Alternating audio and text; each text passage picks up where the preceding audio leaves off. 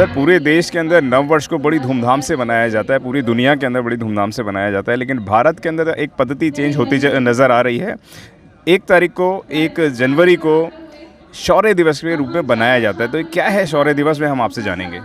हाँ, ये बात सही है कि पिछले कुछ वर्षों से, मतलब 15-20 साल से ख़ास तौर पे बहुत तेज़ी से बहुजन समाज 1 जनवरी को नए रूप में, एक उत्सव के रूप में सेलिब्रेट कर रहा है। इसके 2 महत्वपूर्ण पहलू हैं। पहला जो आपने जिक्र किया, शौर्य दिवस।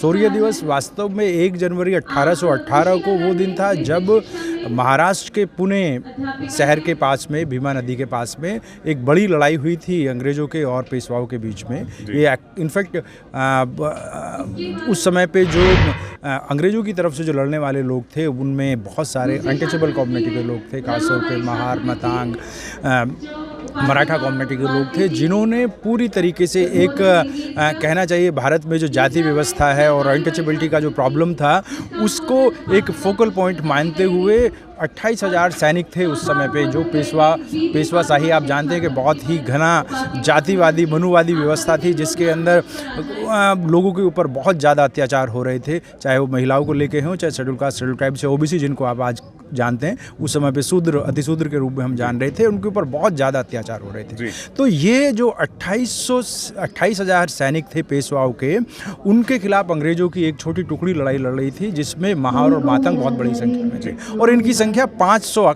के आसपास थी।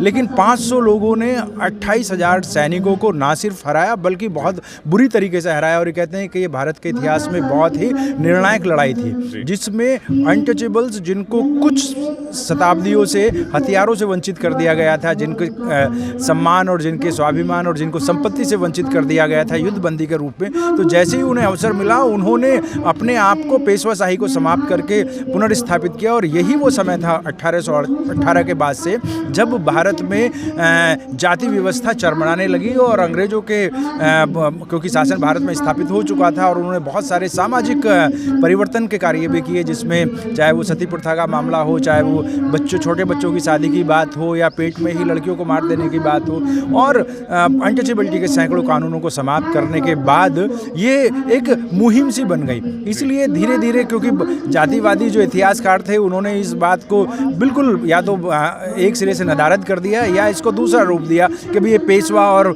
मराठों का युद्ध था, अंग्रेज़ों का युद्ध था, लेकिन ऐसा नहीं था। उसके अंदर जो सामाजिक संरचना है वो अलग तरह से थी। आज बहुजन समाज इस चीज़ को समझ रहा है कि पेशवाशाही समाप्त नहीं हुई थी, बल्कि हमने अपने अधिकारों के लिए, अपने स्वाभिमान के लिए उस लड़ाई को लड़ा था, और भारत में पेशवाशाही को समाप्त करके, महाराष्ट्र में पेशवाशाही को समाप्त करके सामाजिक आंदोलन, आर्थिक मुक्ति का जो आंदोलन था, उसकी शुरुआत की। अब इस स्वाभिमान को बहुत सारे लोगों ने समझा है। क्यों? क्योंकि ये लड़ाई सिर्फ जिसको आप राष्ट्रीय आंदोलन कहते हैं, सिर्फ अंग्रेजों को भारत से भगाने की नहीं थी, बल्कि भारत के लोगों को न्याय दिलाने की थी। भारत के वो लोग जो कि जाति प्रथा के आधार पर प्रताड़ित किए गए थे, जिनको दमित किया जा रहा था, उनको भी स्वतंत्रता देने की बात थी। बाबा साहब ने बाद में जिस बात को कहा कि भाई किसी देश के स्वतंत्र होने का मतलब सिर्फ ये नहीं है कि विदेशी शासक यहाँ से चले गए, बल्कि देश के स्वतंत्र होने का मतलब है कि यहाँ के नागरिक स्वतंत्र हों, यहाँ के लोग स्वतंत्र हों। और अब जब लोग स्वतंत्र हो रहे हैं, तो वो अपने इतिहास की पुनर्व्याख्या कर रहे हैं, अपने इतिहास को उकेर रहे हैं। तो शौर्य दिवस उस 1 जनवरी 1818 की उस लड़ाई के संदर्भ में मनाया जाता है, जब 500 सैनिकों ने, 500 अनटचेबल सैनिक्स ने 28,000 पेशवाई सैनिकों को ध्वस्त कर दिया था। उसमें हजारों की संख्या में पेशवा सैनिक जो हैं वो मारे भी गए थे। इसके साथ साथ सुरेंद्र जी, एक और बहुत महत्वपूर्ण डेट है आज, जिसका अभी हम लोग उस तरीके से बहुत ज़्यादा प्रचार नहीं कर पाए हैं या नहीं हो पा रहा, लेकिन अच्छी बात है कि ये चीज़ें हम सामने आ रही कि 1 जनवरी 1848 को 1 जनवरी 1848 को सावित्रीबाई फुले और ज्योतिबा फुले ने भारत का पहला आधुनिक स्कूल स्थापित किया था लड़कियों के लिए। तो ये भी अपने आप में क्रांति से कम नहीं था, सामाजिक क्रांति से कम नहीं था, क्योंकि ये जो स्कूल स्थापित किया गया था, ये भारत की सभी लड़कियों के लिए था। 1 जनवरी 1848 से पहले आप पिछले 500-600 साल में अगर जाएं, तो भारत में कोई स्कूल नहीं था जहाँ पे लड़कियाँ पढ़ सकती थी। नालंदा के बाद से अगर आप देखें तो कोई ऐसा स्कूल भारत के अंदर नहीं था। तो ये एक तरह की सामाजिक क्रांति थी जिसने महिलाओं के लिए शिक्षा के द्वार खोल दिए। और ये सिर्फ किसी जाति विशेष या धर्म विशेष की महिलाओं के लिए नहीं था, बल्कि भारत की सभी महिलाओं के लिए, भारत की सभी बच्चियों के लिए इस स्कूल को खोला गया था 1 जनवरी 1848 में। तो भारत में शिक्षा क्रांति भी 1 जनवरी 1848 को हुई। इसलिए हमें इसको शिक्षा, चाहे आप इसको शिक्षा दिवस के रूप में, एजुकेशन डे के रूप में सेलिब्रेट करें, चाहे इसको विमेन एजुकेशन, क्योंकि ये पहला स्कूल था जो लड़कियों के लिए था। और आप जान के ताजुब करेंगे जो उसमें पहले 8-10 बच्चियां पढ़ने आई थी, उसमें ब्राह्मण भी थी, उसके अंदर अनटचेबल्स भी थी, उसके अंदर मुस्लिम भी थी, उसके अंदर बैकवर्ड क्लास की लड़कियां भी थी, और ज़्यादा ब्राह्मण समाज की जाति की लड़कियां थी। क्यों? क्योंकि उनको भी नहीं पढ़ने दिया जा रहा था। और अब अच्छी बात है कि पिछले 10-15 साल में हम देख रहे हैं कि सावित्रीबाई फूले के योगदान को बहुत बड़े स्तर पे स्वीकार किया जा रहा है। और 3 जनवरी को उनकी अब बर्थ एनिवर्सरी आने वाली है, जिसमें पूरे देश के अंदर प्रोग्राम हो रहे हैं। हर कार्यक्रम, यूनिवर्सिटीज़ हैं या ऑफिस हैं, सब जगह कार्यक्रम हो रहे हैं। और सरकारों को भी मजबूरी में अब उनको स्वीकार करना पड़ रहा है। आज उनको हम कह रहे हैं कि वास्तव में बहुत सारे लोग इस बात को कह रहे हैं कि असली शिक्षक दिवस 3 जनवरी है जी। क्यों? क्योंकि उन्होंने भारत में 18 स्कूल 1848 के बाद से खोले थे, लड़कियों के लिए खोले, लड़कों के लिए खोले, और बहुत बड़ा शिक्षा में योगदान दिया। इसलिए 1 जनवरी जो है शौर्य दिवस और शिक्षा दिवस दोनों के रूप में हम सेलिब्रेट कर रहे हैं। और ये ऐसा नहीं कि इसको इतिहास को बनाया जा रहा है, इतिहास ऑलरेडी था, लेकिन इस इतिहास को हम उकेरने का प्रयास कर रहे हैं, लोगों को बताने का प्रयास कर रहे हैं। आपको भी शौर्य दिवस और शिक्षा दिवस की बहुत बहुत मंगल कामनाएं। आपको भी बहुत बहुत मंगल कामनाएं। जिस तरीके से 500 लोग 28,000 पेशवा से लड़ मरे थे, लेकिन जिस टचेबल की आप बात कर रहे हैं, क्या वह टचेबल अब ख़त्म हो गया है? आज भी आपके समाज के लोगों को घोड़ी पे नहीं बैठने दिया जाता है, मूछें रखने के अधिकारों को भी बिल्कुल नस्ते नाबूद कर दिया जाता है। तो किस अधिकारों की बात कर रहे हैं? कौन से आपके राइट्स अभी तक मिल गए हैं? तो क्या लगता है कि यह जो शौर्य दिवस है दोबारा से आने वाला है या कोई डेट बनने वाली है जो आज भी लोगों को समानता का अधिकार नहीं मिल रहा है? क्या कहेंगे? देखिए, बाबा साहब ने 1936 में जाति प्रथा का विध्वंस नाम की किताब लिखी थी। और उस किताब में उन्होंने कहा कि ये जो जाति के मानने वाले लोग हैं, भाई इनको ऐसा क्यों लगता है कि कोई व्यक्ति पढ़ लेगा तो उनका सम्मान कम हो जाएगा, कोई व्यक्ति अच्छे मकान में रह लेगा तो उनका सम्मान कम हो जाएगा, कोई व्यक्ति अच्छा कपड़ा पहन लेगा तो इससे उनका सम्मान कम हो जाएगा। तो ये लोग क्यों इस तरीके से करते हैं? तो बाबा साहब खुद ही सवाल करते हैं कि क्या ये लोग पागल लोग हैं? बाबा साहब कहते हैं कि नहीं, ये पागल लोग नहीं है, वास्तव में ये धार्मिक लोग हैं।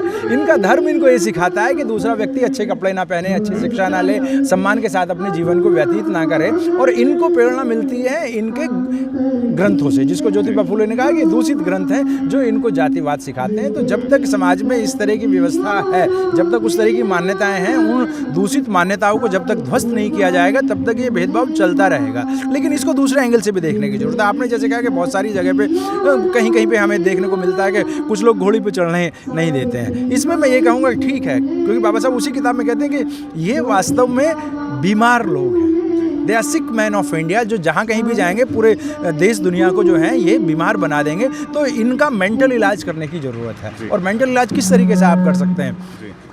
माननीय काशीराम साहब की बात मुझे यहाँ पे ध्यान आ रही है। वो कहते हैं कि भाई आप घोड़ी पे चढ़ना क्यों चाहते हैं? आप जो है रोल्स रॉयस कार पे चढ़िए, आप हेलीकॉप्टर पे चढ़ के जाइए, अपने आप को इस प्रकार से तैयार कीजिए। घोड़ी पे चढ़ने की परंपरा बहुत पुरानी परंपरा है, घोड़ी पे चढ़ने से में कोई महानता नहीं है। आप जो है अपने आप को बहुत बढ़िया, जो आजकल करोड़ों की गाड़ियाँ आ रही हैं, कई हेलीकॉप्टर्स आ रहे हैं, उन पे जाने का प्रयास कीजिए और ये सब ध्वस्त हो जाएंगे। एक एक दो दो उदाहरण कई बार नज़र आते हैं, लेकिन इस चीज़ को भी देखने की ज़रूरत है कि हमारे पास अब लाखों करोड़ों की संख्या में ऐसे उदाहरण हैं जो बहुत बढ़िया तरीके से जीवन कर रहे हैं। जहाँ कहीं पे इस तरह के अत्याचार हो रहे हैं वहाँ पे, क्योंकि जातिवादी सरकारें हैं, वहाँ का प्रशासन जातिवादी है, इसलिए इस तरह के धूर्त जातिवादी अपराधियों के खिलाफ सरकार सख्त निर्णय नहीं ले पाती है, सख्त कार्रवाई नहीं कर पाती है। इसलिए कई बार उनको बढ़ावा मिलता है। अगर इनको कानून का डर हो जाए, और कानून का डर तभी होगा जब आप खुद अपनी एक जिम्मेदार सरकार बनाएंगे, अपनी सरकार बनाएंगे। इसलिए जहाँ कहीं भी इस तरह की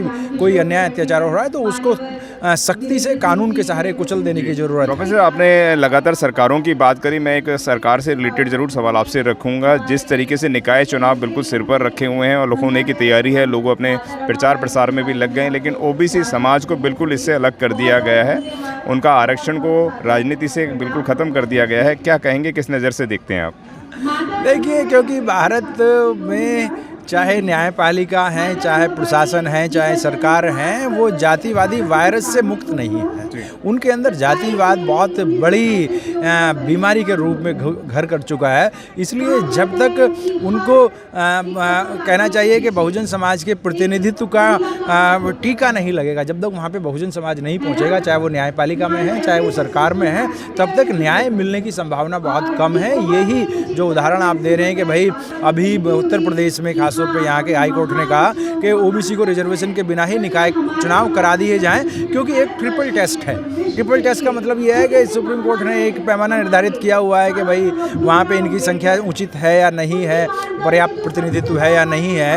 ये टेस्ट नहीं हुआ, कमीशन नहीं बैठाया गया है, आप हमें एब्सोल्यूट संख्या बताइए, उसके बाद करेंगे। लेकिन वहीं दूसरी तरफ देखते हैं कि अभी इकोनॉमिकली वीकर सेक्शन के लिए EWS के लिए एक कोटा दिया गया था 10%। वहाँ पे ना कोई कमीशन बैठा, ना कोई इंक्वायरी हुई, सीधे उन्होंने रातों रात, और कोई डिमांड भी नहीं थी। तो एक तरफ देख रहे हैं कि न्यायालय अगर वहाँ पे गैर SC ST OBC के लिए आरक्षण है तो उसको बिना सोचे समझे तुरंत ही लागू कर दे रहे हैं। और जहाँ OBC की इतनी बड़ी संख्या है, 50% के आसपास OBC हैं लगभग, और उनको अगर रिजर्वेशन दिया जा रहा था निकाय चुनाव में, उनको प्रतिनिधित्व दिया जा रहा था, तो उसको कोर्ट ने बहुत बेरहमी से खत्म कर दिया। मैं समझता हूं कि सरकारों के जिम्मेदार होने की ज़रूरत है, और सरकारें तभी जिम्मेदार होंगी तब उसमें SC ST OBC का प्रतिनिधित्व अनुपात के रूप में हो। जिस तरीके से तमाम जातियों को थोड़ा थोड़ा हटा दिया जा रहा है, कहीं से ख़त्म कर दिया जा रहा है, कहीं पे बढ़ाया जा रहा है, तो क्या लगता है कि भीमा कोरेगांव दोबारा बनने वाला है? क्या कहेंगे? देखिए, आपको अपने अधिकारों के लिए तो लड़ना पड़ेगा। भीमा कोरेगांव दोबारा बन पाएगा नहीं बन पाएगा, इसमें तो